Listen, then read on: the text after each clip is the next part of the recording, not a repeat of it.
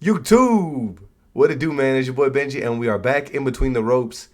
Man. It's another episode of WWE's Monday Night Raw, and I will say, I haven't been the biggest fan of Raw in 2026. I actually believe that SmackDown has had the better showings to start off the year, and I think that's crazy. But we got another episode. Let's talk about it. Slide that like button a chop, man. And go ahead, sub up, man. Let's join the Benji family. We about to hit 1K. The show opened with a Gunther segment, which I really actually liked. I enjoyed the haze from the pyro in the back. And Gunther came out and told us what I needed to hear. I was very upset with the win that Gunther had last week, but I thought there was one way out of it. He outsmarted AJ, who was way too focused on making Gunther tap out last week, and he did what he needed to do in order to secure the deal and win the match. AJ came out here and was upset that he got cooked and was begging Gunther for a rematch. But Gunther wanted to chase bigger and better things at the Royal Rumble. He wants to go for the gold again. Side note, I do find it funny that Gunther will remind us that he's the longest reigning Intercontinental Champion of all time and two-time champion, which is valid, but the crowd is still going to let him know that he tapped out to Jey Uso. I'm going to let y'all know that he went 50-50 with Pat McAfee. But he continued to tell AJ no, and told the hostile crowd to calm down. He then had a grin on his face like Mr. Grinch and then offered a proposition to AJ to up the stakes. He wants AJ to put his career on the line, and he wanted to get an answer by the end of the night. More than likely, look, spoiler alert, they gonna have the match. But more than likely, I think AJ's gonna win, and this could potentially lead Gunther to questioning himself. Hey, but if AJ want to get up out of here this early, I'm not mad at it. I would think that he would want to have a monumental moment at WrestleMania, but if he want to go, he want to go. But all in all, I think that this could be good. I'm starting to enjoy this, and again, I really enjoyed this segment, but this is where everything fell apart for me. Maxxine was backstage prepping for a 7,000 match versus Becky Lynch, and then suddenly, Natty, Ms. Natalya, reappeared on TV and let Maxxine know that she's ready to be ringside in her corner. Guys, do y'all know that Natty is the one that got all this started? A few months ago, Natty challenged Becky Lynch, and Becky was to teach her a lesson through the brutal beatdown of Miss Dupree. I'm not playing around. This was during Becky Lynch's first Intercontinental Championship reign. This was in August of last year. This is one of the last times I've seen Miss Natty on TV. Seriously. Becky Lynch said, you step into me, but I'm not going to fight you. I'm going to fight your little one. And I think I commented on this. I was like, oh, yeah, this should be an easy beatdown. Anyways, this match was not better than any of the others, but the highlight of the match was a roundhouse kick from Maxxine that didn't really even look like it was in the same atmosphere as Becky Lynch's face, but it put the champ down. In the middle of this pin, Natalya put Becky's foot on the rope, and Maxxine just stood there wide-eyed in surprise. She turned around, ate a manhandle slam, and that was the end of the match. Natty just ran in the ring right after that and beat up Maxxine. Dude, it is extremely obvious that when people randomly show up ringside or hug somebody that they haven't talked to or want to be friends with backstage, they'll be turned. This is Triple H's tale. The crowd wasn't really reacting here, and Natalya must have felt this because she kept finishing up the segment and then running back to attack Maxxine again and then leaving and attacking Maxxine again. But why are these people supposed to know who Natalya is? Obviously she's a legend in the wrestling world, right? But imagine you started watching 2 months ago. Why would this matter to you? Imagine you started watching a year ago. Why would this matter to you?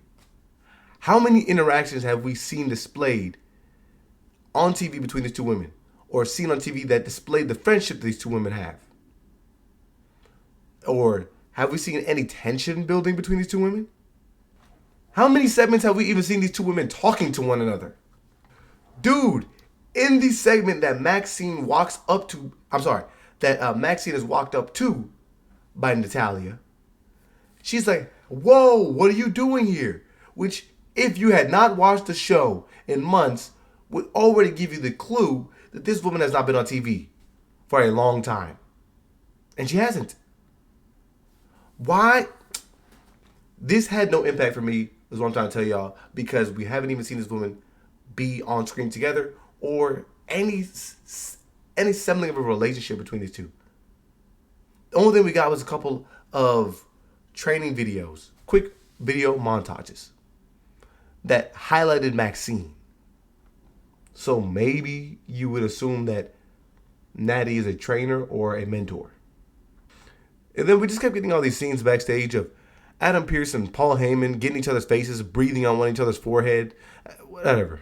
Supposedly, Braun Breaker is suspended.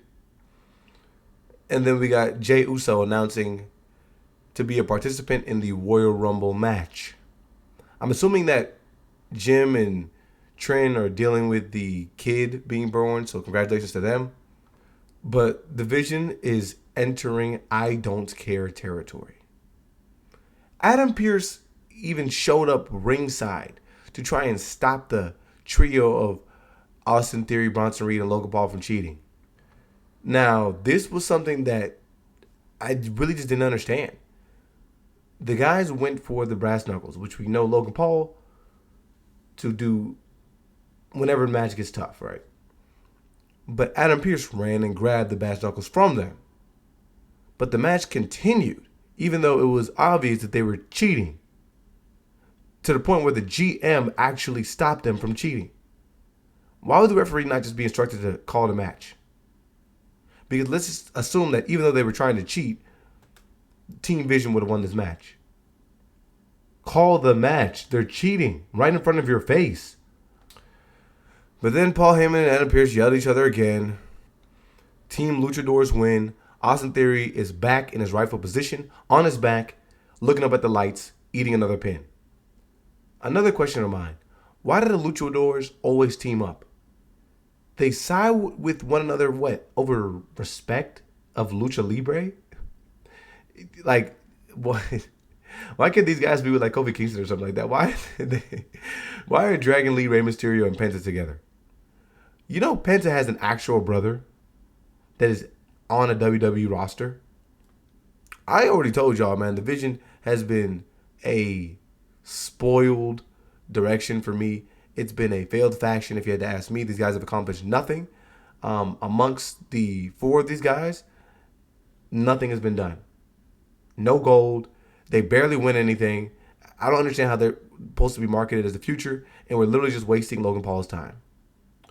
We then got to see Team Rio head to the ring, and Rhea and Io declare for the Royal Rumble. Even though they're supposed to be facing Liv and Roxanne at Saturday night's main event for the tag titles. Yeah, that's got swept under the rug. The Royal Rumble is literally 1 week after Saturday night's main event. I'm pretty sure Saturday night's main event is this weekend, and then the Royal Rumble is the weekend after. Liv and Roxanne came out to the ring to stop Io from speaking Japanese, but they cut probably even worse of a promo than Asuka. They just started making these screeching, yelling, high-pitched noises. But from what I was able to decipher, all of the women of the Judgment Day will enter the Royal Rumble. And then Liv Morgan actually pointed out that Rhea is a backstabber. We know this already. Liv has been saying this for a year. History has proven her right. Rhea has turned on everyone.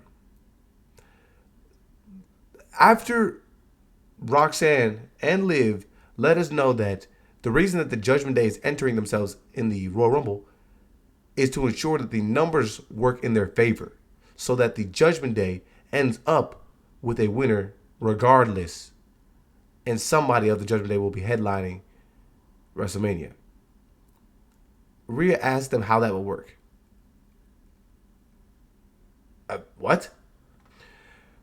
Then Raquel just sneaks up on Rhea, and these women attack Rio like a pack of hyenas.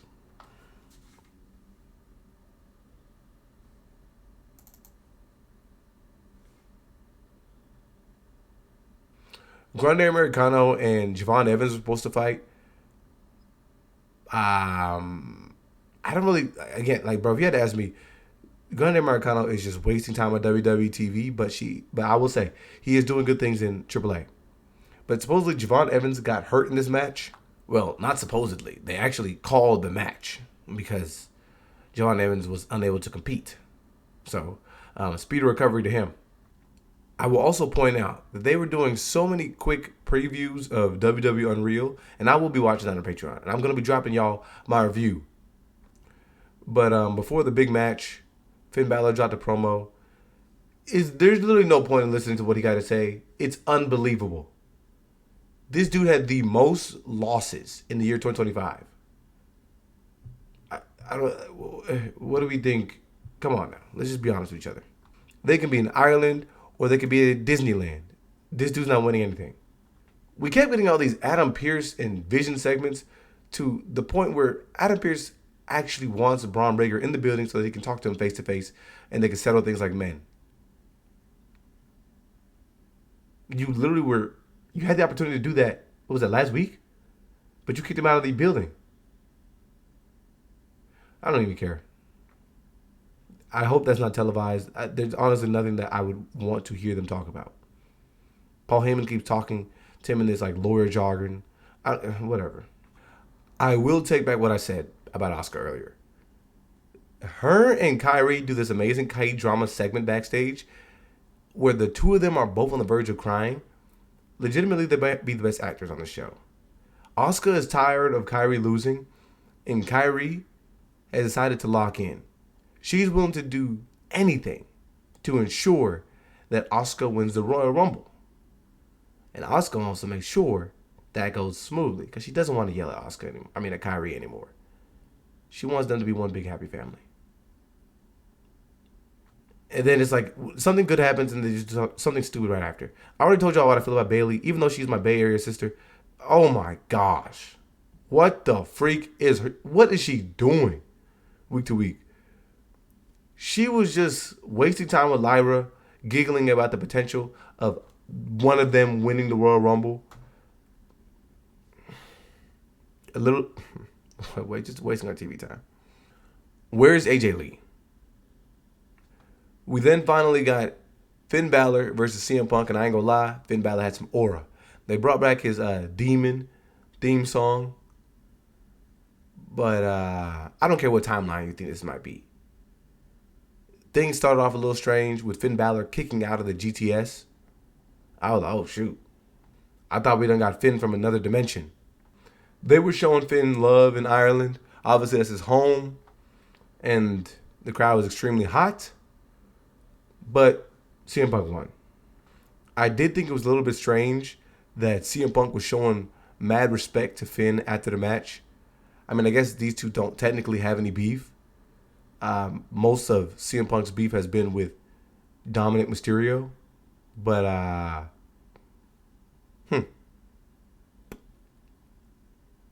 thought that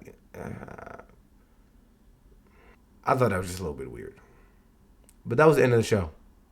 I mean, y'all heard from me. I really only liked two segments in the show. I liked the Gunther segment, and I liked the Asuka and Kairi segment backstage. We are getting Vince Ross and repeat. Dude, again, even though Jevon Evans got hurt, we've seen him, like, this is what he's been doing, fighting against Grande Americano number 3, Grande Americano number 2, and now he's finally supposed to fight against the magical Grande Americano. What does this do for anybody? What are they building here? Just wasting our time. We've seen Liv versus Rhea a quadrillion times. We've seen the Judgment Day challenging for the tag team titles a million times. I literally do not care what happens with Adam Pearce and Braun Breaker unless they're showing up at his house and snuffing him in his sleep. They gave us like 10 segments of these dudes that developed nothing. And we still have the Vision, who was supposed to be the future of the WWE heading into the Royal Rumble, and there are zero title aspirations for this group. Oh my gosh. The Usos just won the tag titles, and who are their next challengers? There was a segment backstage that I forgot to mention that had the New Day being thrown into a supposed match, a fatal four-way match, to find out who's going to be the next title contenders. What happened to the match that was proposed that was Otis and Tozawa versus the Usos? Jey Uso's just throwing it out there. He's going to enter the Royal Rumble. So are the Usos going to lose the tag title sometime soon? What I'm saying is this show, nothing developed. We've seen Maxxine versus Becky Lynch a million times. Why don't I watch Maxxine the Scrub fight against her mentor, Natty, which is a scrub? What is Becky Lynch going to do? We like to rate things yay, nay, and okay. This is the nay episode, honestly. I mean, nothing has developed here. We are literally, this is the Raw before Saturday night's main event. Top of my head, I know that we have, we're talking about Raw. Rio versus Liv Morgan. I don't know what else we have from the Raw superstars that's going to be heading on to Saturday night's main event. Saturday night's main event is honestly just a waste. It is literally just a quick way for them to throw a couple matches on the TV and get another opportunity to gain money from subscribers and from people that want to pay tickets to show up at a venue. Just a waste of time. We're 2 weeks away from the Royal Rumble. Yeah, nothing. And when I'm going on this episode, I will tell you that. But stay tuned to the next one. We're just going to try to keep positivity up. Let go.